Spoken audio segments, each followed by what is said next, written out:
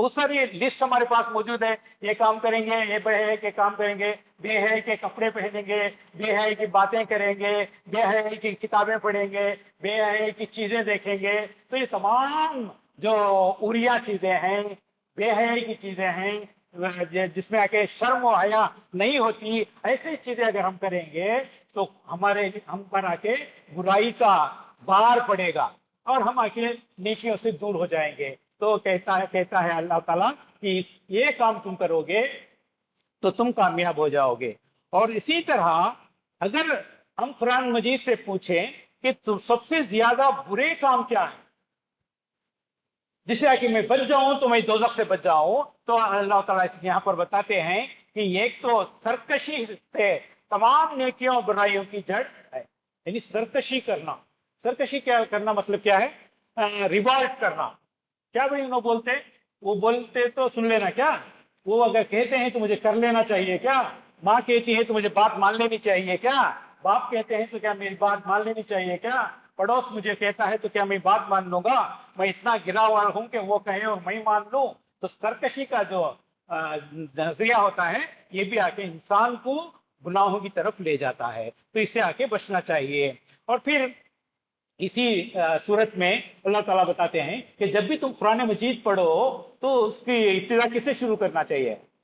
اعوذ باللہ من الشیطان الرجیم سے کرنا چاہیے. پڑھ رہے ہیں سڈن سے فون آ گیا یا کوئی بات چیت کرنے کا موقع ہو گیا تو رک گئے ہم، تو پھر اسٹارٹ کرنا ہے. پھر کیا کرنا چاہیے؟ پھر سے اعوذ باللہ پڑھنا چاہیے. کہیں ہم چھوڑ دیے ہیں تو بعد میں بیچ میں بات اگر دوسری کر دیے ہیں دنیا کی بات، تو پھر سے اعوذ باللہ پڑھ کے پھر سے شروع کرنا چاہیے. کیونکہ شیطان ہمیشہ یہ چاہتا ہے کہ کسی طرح اس کے پڑھنے میں آ کے رکاوٹ ڈالے. تو یہ بات سے آ کے سورہ نحل کی دو اہم باتیں ختم ہو جاتی ہیں. اس کے بعد آ کے سورہ بنی اسرائیل شروع ہوتی ہے.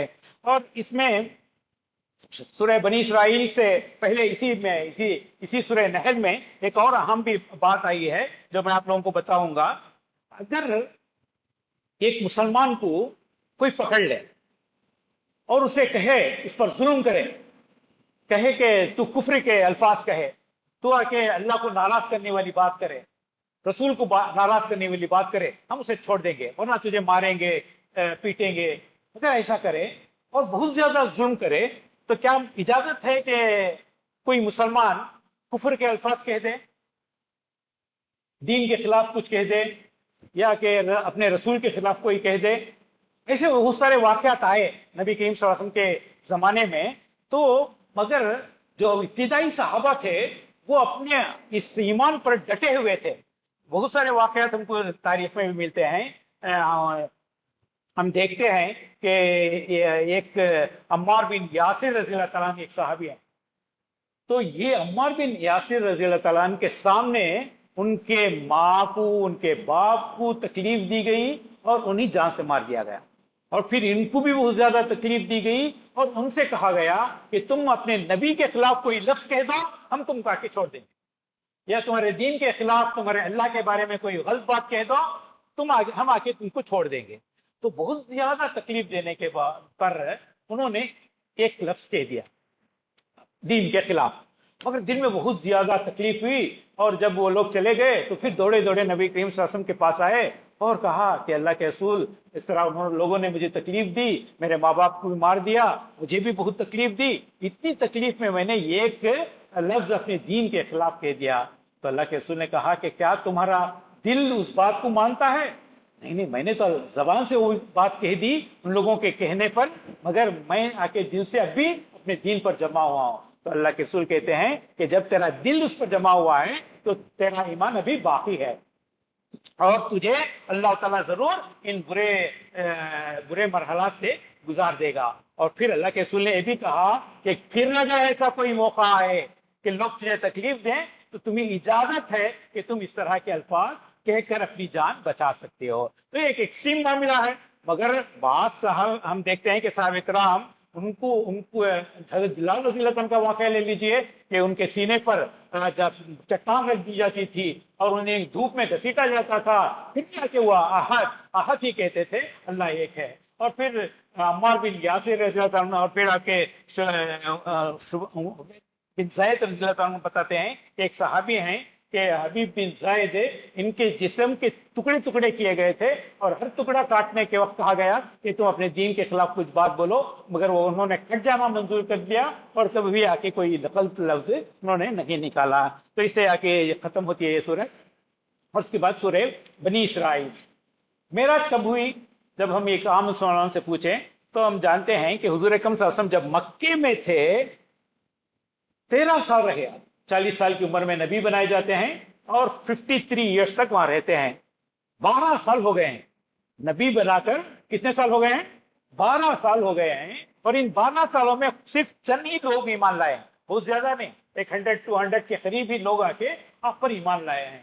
اور حالات بہت سخت ہیں. ہم جانتے ہیں کہ اسٹارٹنگ میں قریش نے بہت زیادہ اپوزیشن کیا تھا، مارا پیٹا، کوڑے لگائے، اور پھر تجارت بند کر دی، لین دین بند کر دیا، رشتہ داریاں بند کر دی. انہیں شعبہ ابی طالب میں بند ہو جانا پڑا، ایک پہاڑ میں جا کے مسلمانوں کو رک جانا پڑا. کھانے کی بہت تکلیف ہوئے، چمڑے کے ٹکڑے بھی آ کے وہ چوس کر اپنی زندگی گزار رہے تھے. تو اس طرح کے 2-2.5 سال ویسے بھی گزرے. اور اس طرح سخت حالات میں اور انہی دوران میں آپ کے چچا ابو طالب جو آپ کو سپورٹ کیا کرتے تھے ان کا بھی انتقال ہو جاتا ہے. اور حضرت فتیجہ رضی اللہ تعالیٰ عنہ جو آپ کی بیوی ہیں، جن کے پیسے آ کے پورے دین میں خرچ ہو رہے تھے، تو وہ بھی آپ کی ایک اسٹرانگ سپورٹر تھی، کیونکہ سب سے پہلے اللہ کے رسول پر ایمان لانے والی ایک عورت ہے اور وہ آپ کی بیوی حضرت فتیجہ رضی اللہ تعالیٰ عنہ ہیں. تو وہ عورتوں میں سب سے پہلے ایمان لانے والی ہیں، ان کا بھی انتقال ہو جاتا ہے. اللہ کے رسول بہت زیادہ غمزدہ ہو جاتے ہیں. تو اللہ تعالیٰ انہیں معراج میں آسمان اور زمین آسمانوں کی سیر کراتا ہے، جنت اور دوزخ کے مناظر بتاتا ہے، اور پھر آ کے آپ واپس آتے ہیں. اور اس کے فوراً بعد اترنے والی یہ سورہ بنی اسرائیل ہے. بہت ساری اہم باتیں کہی گئی ہیں، مگر مختصر 14 باتیں اس صورت میں ہم لوگوں کو ملتی ہیں سورہ بنی اسرائیل میں. چونکہ وقت بہت کم ہے، صرف ان 14 باتوں میں پڑھتا جاؤں گا، آپ غور سے سن لیجئے. کہا گیا یعنی پورے کے پورے کمانڈمنٹس ہیں، کمانڈ تھی کہ یہ کرو، یہ کرو، یہ کرو، یہ مت کرو. تو کیا کرنا چاہیے؟ پہلی بات بتائی گئی عبادت صرف اللہ کی کرو. دوسری بات والدین کے ساتھ نیک سلوک کرو. تیسری بات رشتہ داروں، مسکینوں اور مسافروں کا حق دو. چوتھی بات فضول خرچی نہ کرو. پانچویں بات اگر کسی کی ضرورت پوری نہ کرو تو نرمی سے جواب دو. کوئی مانگنے آتا ہے، دینے کے پاس ہمارے پاس پیسے نہیں ہیں، تو کیا کرو؟ نرمی سے، نہیں بھائی آج ہمارے پاس پیسے نہیں ہیں، ہماری سہولت نہیں ہے، تمہاری مدد نہیں کر سکتے، یہ کہنا چاہیے. جھڑک کر، ڈرا کر، اسے اس کا دل لا کے توڑ کر اسے نہیں بھیجنا چاہیے. اور پھر آ کے بتایا گیا چھٹی بات نہ کنجوسی کرو اور نہ فضول خرچی کرو، اعتدال کی راہ اختیار کرو. پیسے ہیں پورے اڑا دینا بھی نہیں چاہیے، اور غلط چیزوں پر خرچ نہیں کرنا چاہیے، فضول خرچی نہیں کرنا چاہیے. بہت کنجوس بن کے جمع کر بھی نہیں رکھنا چاہیے، بہت زیادہ کنجوسی بھی نہیں کرنی چاہیے، بہت زیادہ خرچ کر کے پورا اڑا کے بیٹھ بھی نہیں جانا چاہیے. اعتدال مڈل ڈرا ہونی چاہیے. ساتویں بات اپنی اولاد کو مفلسی کے خوف سے قتل نہ کرو. اس وقت لوگ آ کے اپنے بیٹیوں کو زندہ دفن کر لیا کرتے تھے، اور آج کل بھی جب ٹیسٹنگ کرتے ہیں، بیٹی کا ٹیسٹ آتا ہے تو کیا کرتے ہیں؟ ابارشن کے لیے چلے جاتے ہیں. یہ آ کے بھی نہیں کرنا چاہیے. زنا کے قریب بھی نہ جاؤ اور اس کے قریب بھی نہ پھٹکو. 9ویں بات بغیر قانونی جواز کے کسی کو قتل نہ کرو. کسی کی جان نہیں لے سکتے ہم، ہمارے دشمن کی بھی جان نہیں لے سکتے ہم. اس کے حق کے ساتھ ہی اگر ہمارے جان مارنے کے لیے آئے تبھی آ کے ہم کسی کو آ کے ہاتھ اٹھا سکتے ہیں، مگر کسی کو تکلیف دینا، کسی کو جان سے مارنا، یہ آ کے ہمارے لیے جائز نہیں ہے. 10ویں بات قانونی حدود سے باہر یتیم کے مال کے پاس بھی نہ پھٹکو. یتیم کا مال نہیں کھانا چاہیے. 11ویں بات باہمی قول و قرار کی پابندی کرو. بیچ میں کمپرومائز کر لیتے ہیں، بات چیت کرتے ہیں، کرائے کے لیے جاتے ہیں، ایک آ کے اگریمنٹ ہوتی ہے، پارٹنرشپ ڈالتے ہیں، ایک اگریمنٹ ہوتی ہے. تو ایسا کوئی قول و قرار ہم کرتے ہیں، پرامس کرتے ہیں، تمہیں علم نہ ہو اس کے پیچھے مت پڑو. اگر کسی چیز کے بارے میں تجسس نہیں کرنا چاہیے، کیا ہو رہا ہے،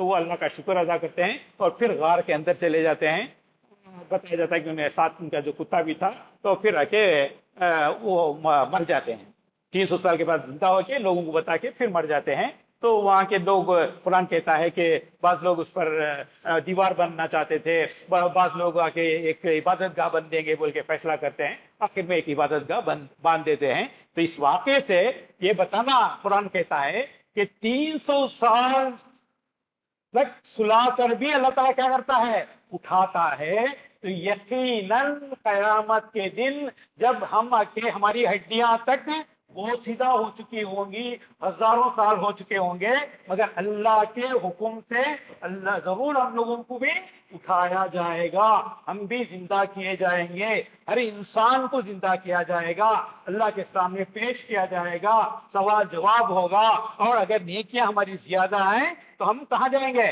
جنت میں جائیں گے. اگر برائیوں کا پلڑا زیادہ ہے تو ہم سزا کے طور پر دوزخ جانا پڑے گا.